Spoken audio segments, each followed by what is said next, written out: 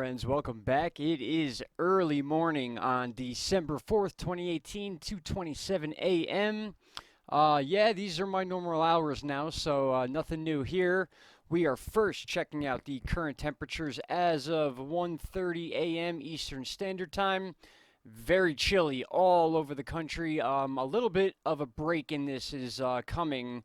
Believe it or not, we're going to have a little bit of a warm front moving up. Might hit some 50s, hopefully up in the northeast.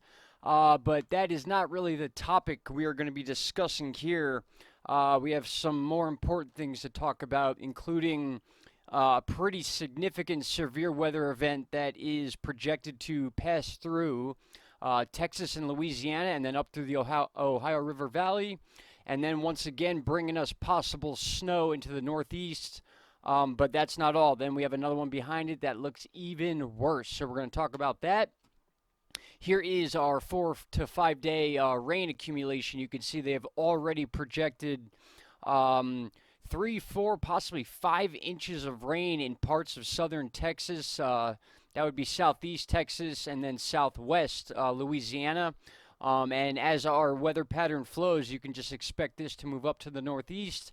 And once it mixes with those cold temperatures up in the northeast, that's when we need to really focus on whether or not this is going to be a snow or a rain mix situation. But the one after it is not looking too good as far as snowfall for the U.S. Now, these are the current charts. Let me back up here.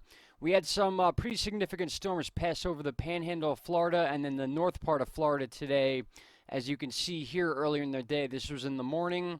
And then as we move forward towards current time, you could see how we had that push going. The jet stream is really flowing hard right now. And it actually is a good thing at this point because it pushed this moisture out into the ocean rather than up into the East Coast. But again, there's another one coming that looks like it's going to the East Coast. So that is going to be a topic of conversation. Really quick, I want to touch on something about Alaska that we talked about yesterday after that devastating earthquake that has been pretty well documented as far as photos and videos. There was a lot of damage done from this quake, and it's really opened up a lot of talks about not just the Alaska area itself, but the west coast of the U.S. That includes California and Oregon with that tsunami scare they had. A lot of things are changing, guys, and this article here kind of ties it all together. Not that it's directly related to these earthquakes, but the fact that they have this on the weather.com channel right now. The UN Climate Summit, COP24, warns of collapse of our civilizations. Little dramatic, in my opinion, I think. But to see this type of article posted after an earthquake of that size and the weather we've been having in the U.S., and not just the U.S., but all over the world, it's very interesting to see that they are actually putting this out as mainstream media news. So the UN chief opened a climate summit in Poland with a dire warning to the world leaders. Secretary General Antonio Guterres, I believe, warned that we need to act now to combat rising temperatures. Many people have many different opinions about why we have rising temperatures, if we actually do even have rising temperatures. Seems pretty cold to me, but these are the articles we have to look at. Without drastic action, there will be catastrophic consequences, he warned. Now, this article dips in a little bit about the past climate changing that's been going on, and they kind of tell you how different areas are getting hotter, some areas are getting colder, and the different changes going on. And I believe it all relates back to what's going on here in Alaska. Now, this major earthquake we had here, we got to remember we had a much bigger one actually up in this area, which was probably the biggest earthquake in recorded history for Alaska, and then to see one of this magnitude closer to the Pacific Ocean, which is closer to our home here as we get into Washington, Oregon, California, and this area of the U.S. Now, we're starting to learn that pressure transfers. That's something I'm really beginning to believe because you see patterns form with these earthquakes. Yes, there are many channels out there that cover this stuff a lot more in depth than me, but still worth talking about. This was a major event. It was officially labeled as 7.0. When I first saw it, it was 7.6. We all know how that goes. They try to lower the numbers sometimes, more than likely to keep the average down, in my opinion. But nonetheless, 7.0 earthquake is a very big concern, especially when it's this close to this fault line that runs down in front of Alaska, around the Ring of Fire in the Pacific Ocean, and then straight down towards where we all live here, especially those for us in the U.S. Yes, we do have subs that live outside the U.S., so I guess I worded that wrong. It's, you know how it goes. Sometimes we get confused here. But with that said, we do have a lot of talks about the changing climate. Now, I want to show you what's going on here in the U.S. really quick. As far as the upcoming weather. Now, this is current right now. There is actually a little bit of snowfall going on in western areas of New York. I believe that is the lake effect deal going on, as this part of New York, Watertown, Buffalo, getting snow. And then this dip here, you could see this is where the jet stream line is, and you could see that also with the temperature chart here. You could see all this blue is basically the jet stream dip, allowing that cold air down from Canada, and that's why we're seeing these temperatures. But again, we're expecting a little bit of a warm few days coming up, so hopefully that will keep one of these systems more of a rain deal than it is a snow deal. But we're going to look at something else real quick too. So let's move forward here. And as we move into the 5th and 6th, you're going to see a low pressure system move into California. This is what is going to be considered the severe situation for Texas and Louisiana. We're talking tornadoes, very, very strong storms, high wind rates, hail, you name it. This is one of those big ones that we're going to be dealing with, and you're going to see that right now as I move forward into the 8th. Check this out. Central low pressure right over the west area of Texas. Very strong storms in this area, and that will go right over Louisiana. I don't want to go too much farther into the future as far as where this may go. It looks like the dip in the jet stream is going to keep this thing south and keep it looking more like what we just looked at here. When we back up, the dip in the jet stream is keeping this moisture to the south and then straight out to the Atlantic rather than coming up and hooking around the northeast like the nor'easters do that we have been dealing with for like the past year now, between March and then a couple we had this past winter so far. Already 2 named winter storms, and it's not even winter yet, so gives you a little bit of an idea of what we are going to expect. But again, Texas and Louisiana, you guys are on alert for the next couple days. Severe weather, definitely. I will be diving into this in much more depth in coming videos when I have the time. Basically tomorrow is what I'm saying. I'm just trying to get some info out to you guys as I can. I know it's late. A lot of you won't see this till tomorrow. But by tomorrow, you'll have a lot more information about what's going to happen with this system. So you could see here by the 9th and then the 10th, it's still staying very south. You could see some blues and pinks in there. Believe it or not, that could be snowfall in these southern states. That's how far down this dip is, and that's what's causing not only the push of this system out into the ocean, but it's also making this moisture that is still over the states turn to snow. So again, the jet stream is the main source of what causes our weather here, and that low pressure system is not looking healthy to me, or not healthy, but not looking good to me as far as what it's going to do to the Carolinas possibly. When you get that low pressure central area right here, when it's half in the ocean, half in the states, you can expect the higher wind rates. The severe storms are more severe. But looking at this picture right here, you can see how as it passes Louisiana, basically the entire south part of the state is covered in red. So you got to be very aware of this. This is a tornado prone area. They are expecting tornadoes with this system moving through. And like I said, this is what the accumulations are expected of. I believe they might be a little even higher than this with the Gulf moisture that is constantly flowing up in this direction to aid in that. So with that said, like I said, I wanted to keep this short and sweet and keep you guys up to date on what was going on. And I definitely wanted to touch on this earthquake that is still making top headlines, as we can see here. Now, they've actually declared a health emergency They did this to open funds so they can get some more resources into the area. A lot of the infrastructure is messed up. You can Google pictures, and all you see are pictures like this, guys. Their roads are destroyed, buildings destroyed. They're still looking for people. Just a very bad situation. And we've just been seeing more and more of these 7.0s, 7.2s, even the high sixes that are registered as sevens and then drop down.